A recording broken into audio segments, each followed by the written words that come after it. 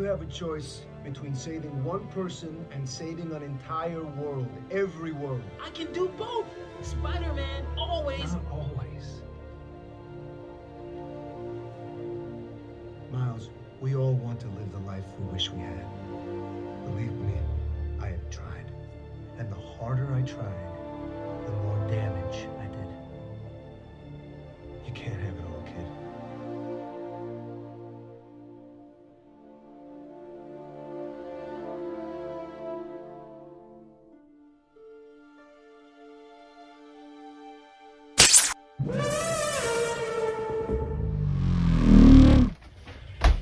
Hey, you guys didn't think this video was gonna be that depressing, did you? Well, if you did, I apologize, but for those that know who I am, or for those that don't, let me just reintroduce myself. My name is That Guy Frankie, and although I wasn't bitten by a radioactive spider, I was actually bitten by content creation.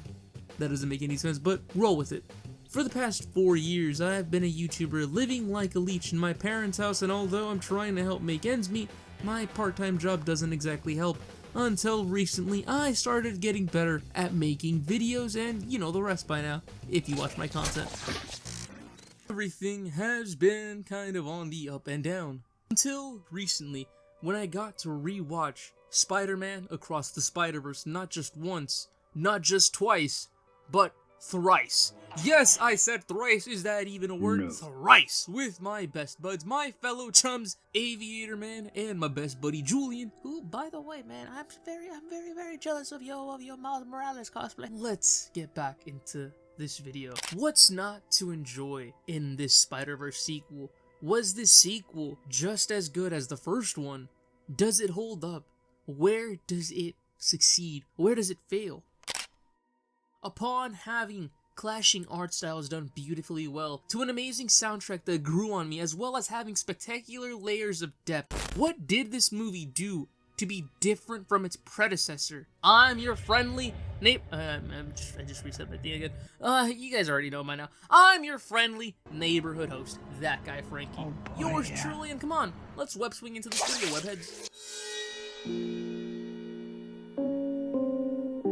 Just like Into the Spider-Verse, giving us a good amount of characters ranging from the likes of Penny Parker, Peter B. Parker, the man with the best dad bod out there that made my chubby ass want to be Spider-Man again, as well as Spider-Gwen, like I just mentioned, Spider-Man Noir done amazingly well by the lovable Nick Cage. Wherever I go, the wind follows. And the wind, it smells like rain. And Peter Porker Spider-Ham, to the best Spider-Man out there. I'm gonna controversially say it, because Miles Morales is the next generation Spider-Man at this point. This movie is basically like an artist throwing paint at the canvas with the variety of characters we have throughout. For many hardcore fans, we have the likes of Josh Keaton's Spectacular Spider-Man, Spider-Man Unlimited, Yuri Lowenthal's Spider-Man PS4 and 5 variants if you're able to catch them in the blink of an eye, as well as having an overly designed cyborg Spider-Man that still kinda weirds me out. Shut the fuck up, Fatman Frankie. You're so short and stupid, lol. You're like every other Spider-Man fan. You don't know what the fuck you want. Don't subscribe to his channel. Cyborg Blast, bitch. And, look how they massacred my boy Ben Reilly. We also have the likes of Spider-Bite, John Marston's Red Dead Redemption, I can't even say a cowboy thing, Red Dead Redemption Spider-Man. Boy, howdy. I bet the Spider-Man of this world is the sheriff. As well as a T-Rex Spider-Man. I'm still baffled that there's a T-Rex Spider-Man in this movie, and countless others, but the main Spideys that this film centers around the most go back and forth from the likes of Miles and Gwen, as well as giving the spotlight to characters such as Spider-Man 2099, Miguel O'Hara, as well as the Spider-Man that has a chokehold on the entire fan base, that being Hobie Brown, voiced by none other than Daniel Kaluuya. The film tries to give enough of these characters at least some depth, or at least a reason why you should care for them and love their performance, and man, does this movie not just pull at your heartstrings, but have you choose sides and question who exactly is in the right of this movie. Without really giving a rinse and repeat summary like I did in my quickie, On Gwen and Miles, the best that I can say about both of these characters is that they're coming into their own. They're coming into their own fruition, especially Miles Morales. Miles Morales is a game-changing Spider-Man, from being just a carbon copy and bland character in the past during his first run to now possibly being the next generation's Spider-Man, like Tobey Maguire and Andrew Garfield were, and still are to this day. We get to see both Gwen and Miles come into their own, witness their origins, whether it was a new introduction into their characters or a brief reintroduction, seeing them tackle their issues head on or run from them, whether it was Gwen running from her dad after exposing her identity to him due to her best friend Peter Parker's death in her universe, or like Tobey being constantly late and not there enough for his friends and family due to having to save the city for multiple catastrophes and crimes. Miles is not there for his family as well, especially his father, just right after he would be promoted to captain. Although they are heroes, we truly get to see them struggle with their personal lives akin to Tobey and Andrew, having to find various ways to get over or make up for lost time. Across the Spider-Verse gives us more time between Gwen and Miles, seeing just how lonely they both felt without one another and the rest of the gang due to being in different dimensions. Miller and Lord build onto their friendship and possible relationship in a manner I wish the MCU would have tried to emulate with the likes of Tom and Zendaya, as I gotta be completely honest, it just felt really rushed and they did not have any lack of depth.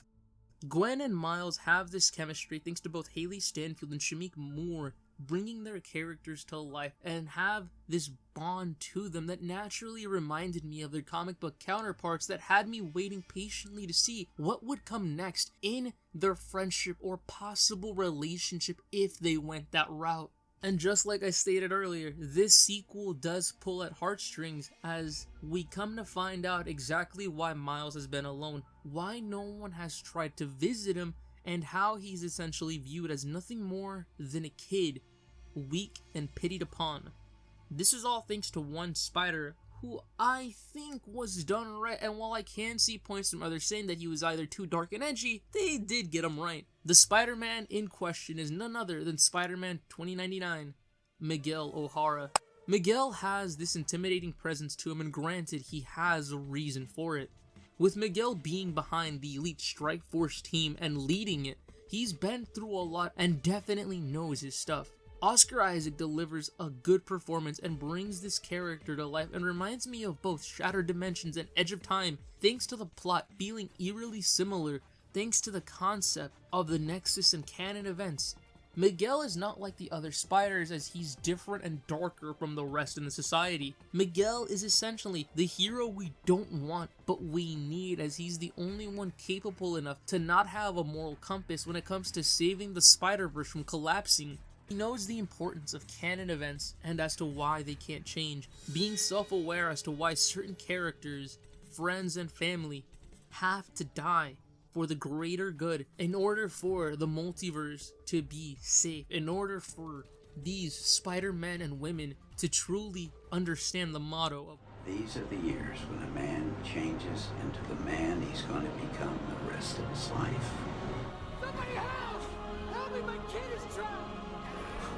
He believed that if you could do good things for other people, you had a moral obligation to do those things. That's what's at stake here. Not choice, responsibility. You have a gift. You have power. Remember, with great power comes great responsibility. Without any of these events, it could end with their realities being destroyed. It is rather unfortunate and it is disheartening having to realize that this is a consequence. This is at a cost. You know he's wrong, but he's also right, especially when coming to find out exactly how he knows about these events, since he caused an alternate reality of his to get completely wiped from the Spider-Verse. Miguel is a cold and calculated Spider-Man. He is right in many ways, but is also questionable, and this is where I can see many fans questioning him over the fate of the Spider-Verse.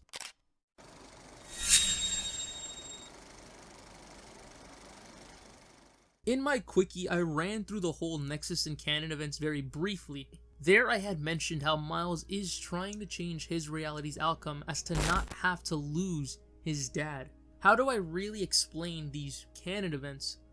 Similar to the Nexus events in the MCU, there are moments in one's life that cannot be altered. Every Spider-Man has to at least go through a bit of grief in order to again fully understand the motto, with great power comes great responsibility.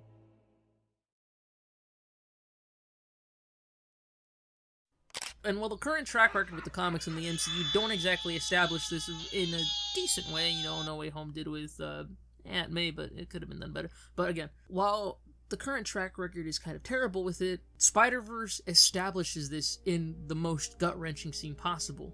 After finding out that Miles is an anomaly, reshaping events and causing moments that weren't supposed to happen, he now has to come to the dark realization that being Spidey comes with sacrifice, and it isn't just in the sense that one has to balance their work, their friends, and family relationships, but the job gets to you, as like Gwen and many others, it will make you lonely, and set boundaries for yourself as to not let others get too close. These sacrifices prove to be a lot for one's mental health, but also nearly every Spider-Man and woman that's come before Miles has lost someone close to them. Without these moments, they wouldn't help establish and solidify these characters, but similar to Shattered Dimensions and Edge of Time, Miles wants to go against the script. He understands the job better than the other Spiders, and Miguel, as this job, is about saving everyone, no matter the cost. This event does cause a rift between many characters, and although countless Spideys, whether new or veterans, just follow Miguel in line, others later on down the road follow Miles, as it doesn't make sense to not try and prevent these moments from happening. What if we can actually save everyone? And knowing that realities can be destroyed in doing so, what's to stop these Spider-Men, these Spider-Women, from trying to save those realities at the same time? What is holding them back? Also causes further speculation as well, since Miles is technically an anomaly, since this Miles Morales that we know wasn't supposed to be the Spider-Man, and is the reason why Into the Spider-Verse happens, is the reason why Peter Parker dies, is the reason that Peter B. Parker even has a daughter, and the reason why Gwen Stacy still has her dad rather than having him killed. What's to say that the multiverse can be messed with and still be safe at the same time? Since Miles is an anomaly, we do have to question how exactly a lot of these other Spider-Verses are still intact, since without him, none of these things would have been possible. Even though Miguel knows how the multiverse works and how realities can be destroyed, what's truly stopping them from trying to save the Spider-Verse by trying to save everyone? Prevent Spideys from suffering a loss like they did, maybe try to alter the timelines, try to bring back realities that were lost, like the one where Miguel loses his family, the one where Miguel dies in that universe and replaces that Spidey. They have to at least give it a shot, otherwise they truly don't know the meaning of what it is to be Spider-Man. I've got enough to deal with. You can't mean that.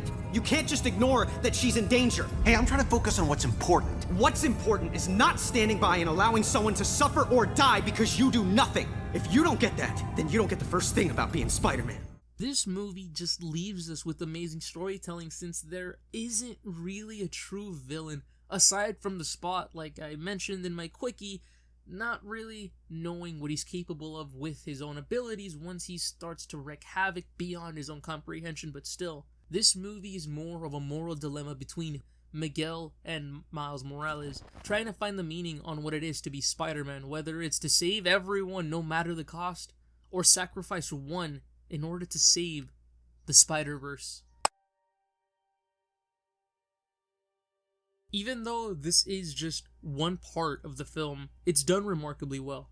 I don't want to say it's perfect, since there are issues like the SFX and the audio cuts in theaters, but it comes close to being nearly phenomenal. But only time will tell when Beyond the Spider-Verse drops, whether or not this will be regarded as the next Perfect. or the next holy trilogy.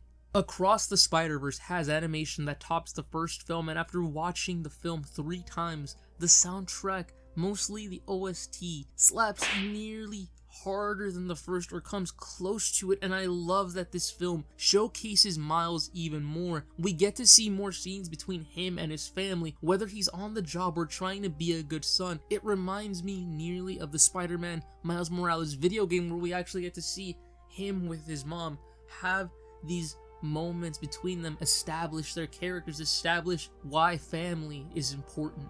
First hour of this movie is also mainly just spent on Miles and his family, and it fleshes him out to the max, making him even more likable and relatable. It's key moments like these that make the movies, the Spider-Man films, feel more important rather than just having too many throwaway scenes with no weight. Looking at you, MCU.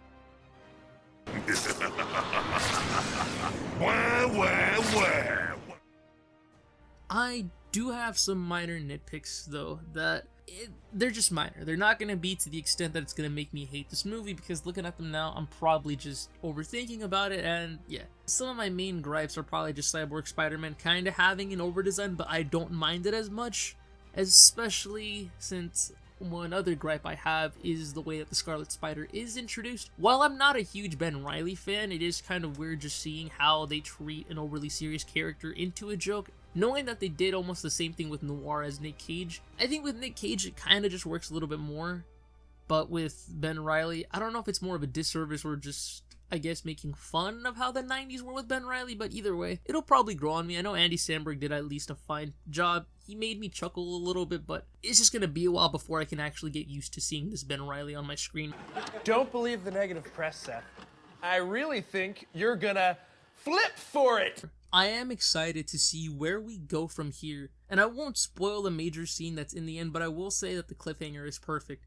I know that many people are pissed off or at least wanted more in the sequel, but to me, this is a hype-worthy, is that even a word? I don't know, you're lying! A hype-worthy scene that gets the fans and audiences hyped for Beyond the Spider-Verse. Oh my God! I'm hoping we get to see more scenes between the likes of Spider-Punk, since Daniel Kaluuya stole every scene he was in, as well as more of Pav and Peter B. Parker, not to mention Noir, Penny, Ham, and, oh yeah, let me say it again, Miguel O'Freaking-Hara. My take for Beyond the Spider-Verse will have us see multiple Spider-Man and women choose sides, either the Web Warriors being Gwen's band or Miguel's elite strike force team. I'm really hoping and pushing that nobody dies in Beyond the Spider-Verse. I don't want Rio or Jeff, since Miles has already lost Uncle Aaron, and we can't have Miles lose another father for the second time around, since he already died in the Spider-Man PS4 game. Like, please, no, I don't want to see it on screen again. It's too much for me to handle at this point.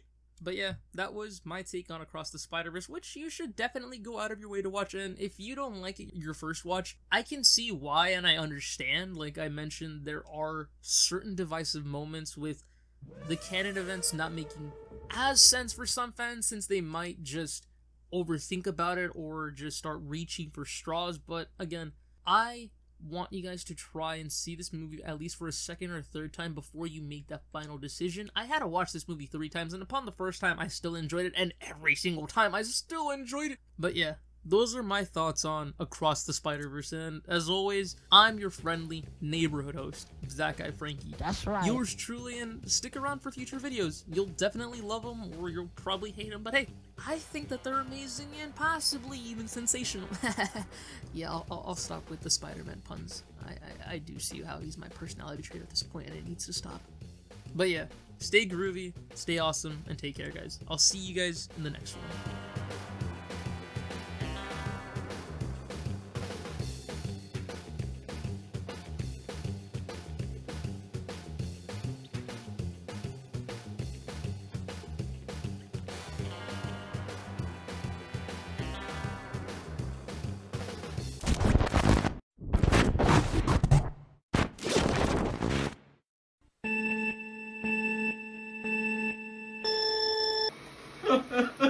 No!